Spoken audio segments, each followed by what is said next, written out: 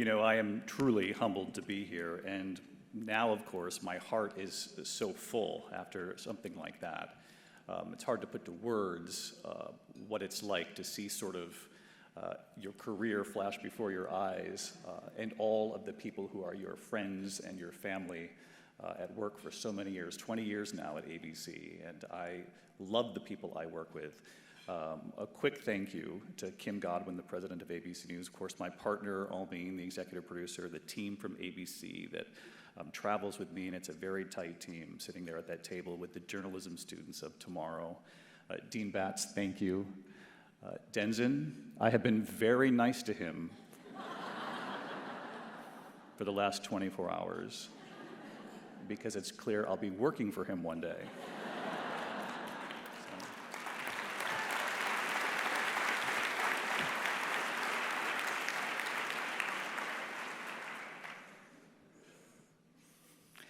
That's not even a joke.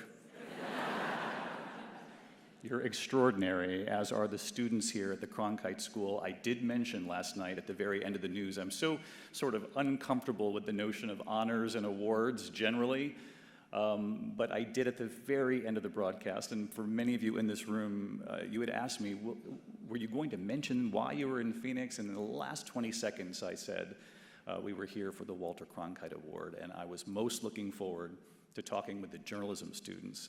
And we did that last night for about an hour and a half of Q&A, and I have such hope now, I really do, for the future. They are so inspiring, the students here at the Cronkite School.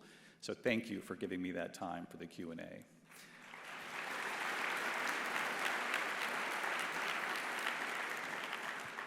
When I learned that I would be receiving the Cronkite honor this year, the first thing I thought was, wait a minute, how old am I? I did have a big birthday this last year, but the Cronkite Award was entirely unexpected. I stand before you today, and I still feel like the kid intern at 13 years old, like I'm still just getting started. I still feel like the journalism students that I met with here last night, their hopes, their dreams, that hunger. And I share that with all of you in this room, all of the journalism students who are going to save us here in the years to come. I think still having that hunger is a good thing, particularly in journalism, and I would say don't lose that. Don't lose the hunger, don't lose the curiosity, the determination to get the truth. And I'm here before you today for the people in this community who've come, and I'm so honored that you came as well. And for the journalism students here at the Cronkite School, I'm here to tell you that there is no more important a path than the one you have chosen in this moment, journalism. A hunger for the truth, the pursuit of storytelling in a time of so much noise out there. What you're setting out to do has never been more important, more needed than it is today. Obviously, you don't need me to stand before you here today to tell you about the deep divisions in our country, the political dividing lines, the extreme voices that so often drown out the reality of where most Americans are in their own lives. Around the world, we're witnessing so much conflict right now, two major global conflicts, the horrific terror attack, of course, in Israel, followed now by the deep humanitarian crisis in Gaza. We're now 2 years into the war in Ukraine, where in real time we're watching the fight for democracy under assault in Europe. We haven't seen this since World War II. And we have certainly seen democracy tested right here at home. The system built, and this is still a young experiment, this country. The checks and balances all being tested right now in front of the nation and really in front of the world. They're watching. We as journalists and the journalism students who are in this room at tables with all of us, we have been charged with making sense of it all for our viewers and our readers. And I've often thought about this. I'm asked about this all the time. You all asked me last night and again today, what is the answer to all of this? How do you cut through the noise? All of these competing voices out there, and in some cases, a disregard for the facts. Disinformation peddled by our adversaries around the world and sometimes right here at home. And of course, artificial intelligence, which could in many ways serve as rocket fuel for all of the falsehoods and confusion, particularly in this unsettling time that we're witnessing. And I have often thought, just as you all have in this room, how will we get through this? How will we cut through it all? What is the answer? And I'm convinced as I stand before you here today that the answer is the truth. That's where all of the journalism students here at the Cronkite School come in, and I truly mean that. There is really one thing that can cut through it all, and that's the truth. Journalists who are committed to the truth. When I think of Walter Cronkite, I think of the values he placed really on simply presenting the facts. The words that come to mind for me: balanced, measured, careful. And it's always important to remember that as we witness the trials of our time, and there seem to be many of them, that Walter Cronkite delivered the news during very unsettling times too. The JFK assassination, the Vietnam War, civil rights. As you all know in this room, the social fabric of our country was being tested every day. And Cronkite often talked of objective reporting, presenting the news in a way that doesn't tip the scale, that respects the audience, that informs them, allows them to judge on their own, to make their own decisions. But there is something else about Walter Cronkite, something I believe he taught all of us, whether he intended to or not. And we as journalists, we as citizens in this country, we know the moment. Some of you saw it firsthand. Some of you have looked back over time to study it. Broadcast journalism was shaped by it. Walter Cronkite, of course, informing the nation that President John F. Kennedy had been shot.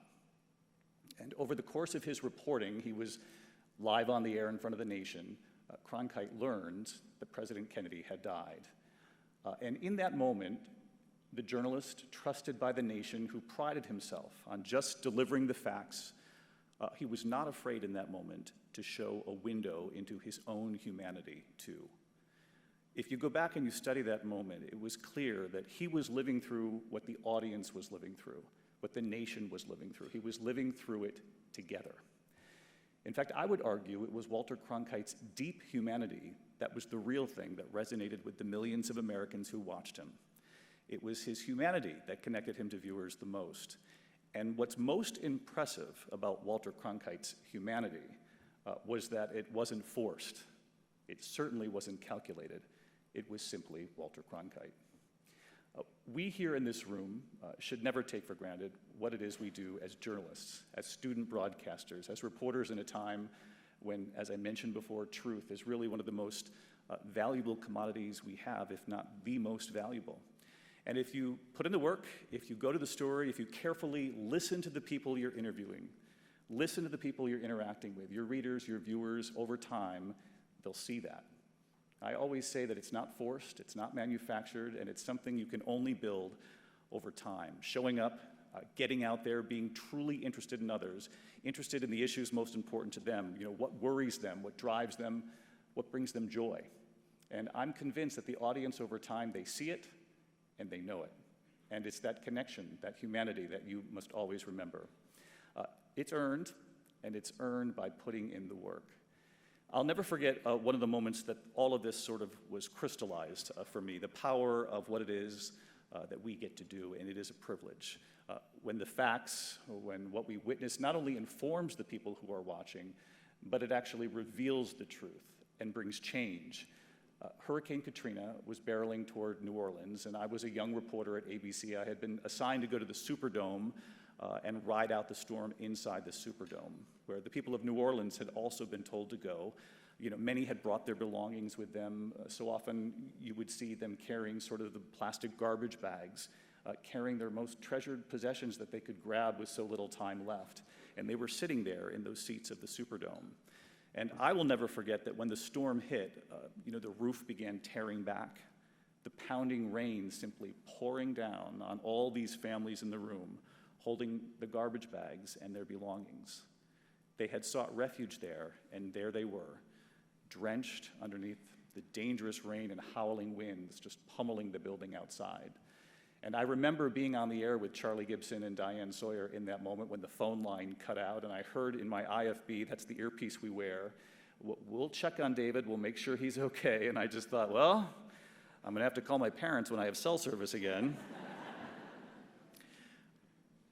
And that, of course, was just the beginning of the disaster in Katrina.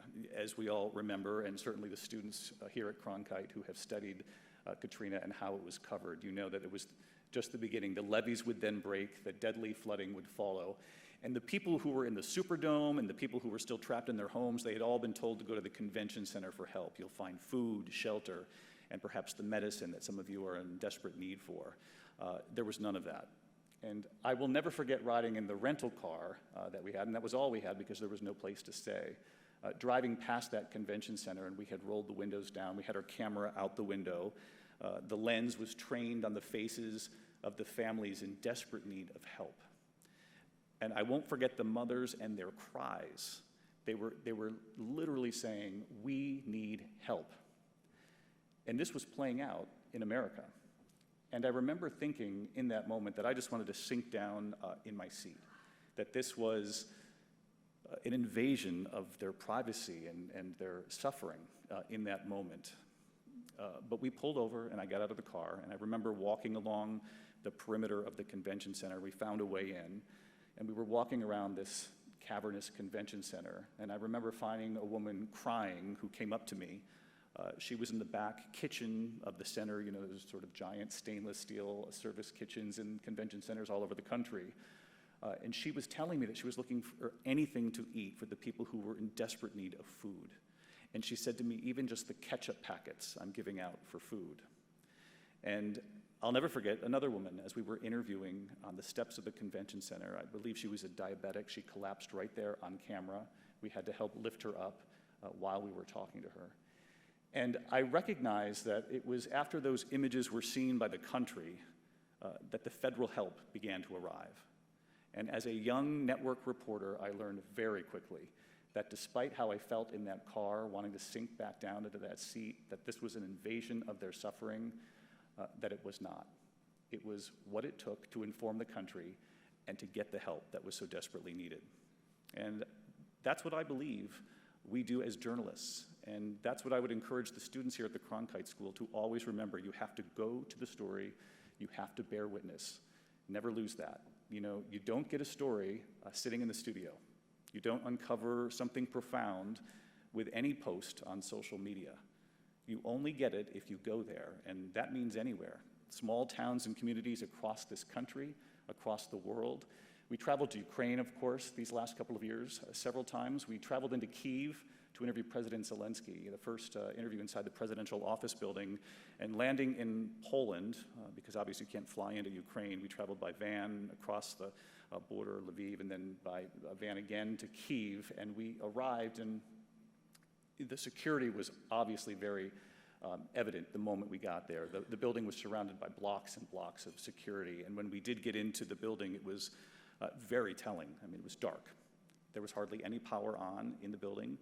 Most of it was out. Armed guards with guns slung at their sides at every doorway in the building. You know, it was one thing to know that President Zelensky was Putin's target number one going into this. The world knew that. It was another thing to actually see it, the efforts to protect their president. And now 2 years into the war, it's not just Ukraine, it's the stability of democracy in Europe. It's about NATO. It's about what Russia might do if they succeed.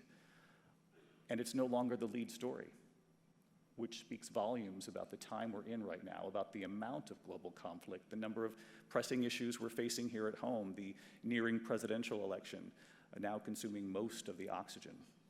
And so I would say to you in the room, particularly the students, whatever you set out to uncover, it doesn't have to be politics, it certainly doesn't have to be war.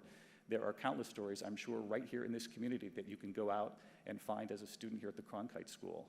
You were just down at the border, very impressive. And I simply ask that whatever it is you're looking to report on, that you go find it, you go witness it, you feel it, you breathe it, you smell it. And I'll share with you here today the story of one little boy I will never forget. You saw there in the video some of our reporting on climate change, and not long ago we were in southern Madagascar. So few have gained access there because it's very difficult to get in. The government, while on the one hand is so desperate for help, they don't want to let people in to show them the true situation on the ground. We did get in after a couple of attempts. We had to turn around and come back to New York at one point, and then went back and got in. And we were following these reports coming out of the UN that this was the first climate change famine driven entirely by the changes we're seeing in our climate. And when we arrived, we saw it.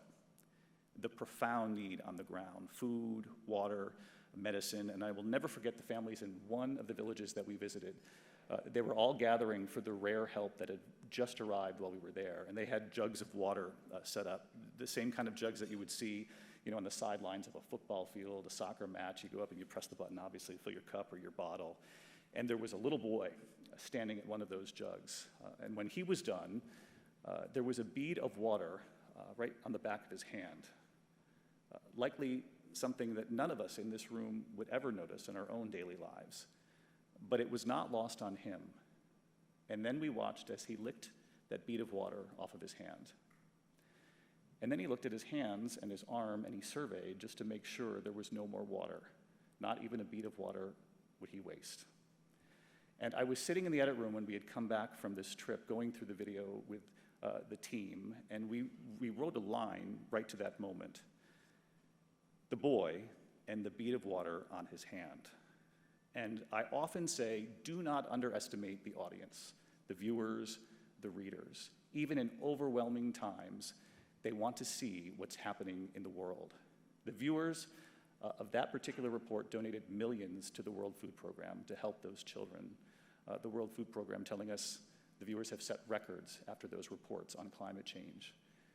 And I share with you that story not only because it's powerful and it reminds us of how blessed and lucky we are in this room, and why it's so important that we train our eyes on others, the bead of water. But it goes back to what I was saying about going there, bearing witness. That is how journalists truly bring home the truth. And as I mentioned before, you've got to count on the audience, the reader, the viewer at home. I often think they must be exhausted, and I'm sure they are, because many of us, let's face it, in this room, we are all exhausted too. But they appreciate it and they see it if you put in the work. If you peel back a layer, if you've revealed another piece of the truth, they will remember it. And just like Walter Cronkite on the air that fateful day, careful, steady, yet visibly moved, you can be sure the viewers will be moved right there with you. So please, everybody in this room, citizens of the great city of Phoenix and beyond, the student journalists here at the Cronkite School, let's all aim to try to make Walter Cronkite proud. Thank you. Thank you very much. I'm very humbled here today. Thank you.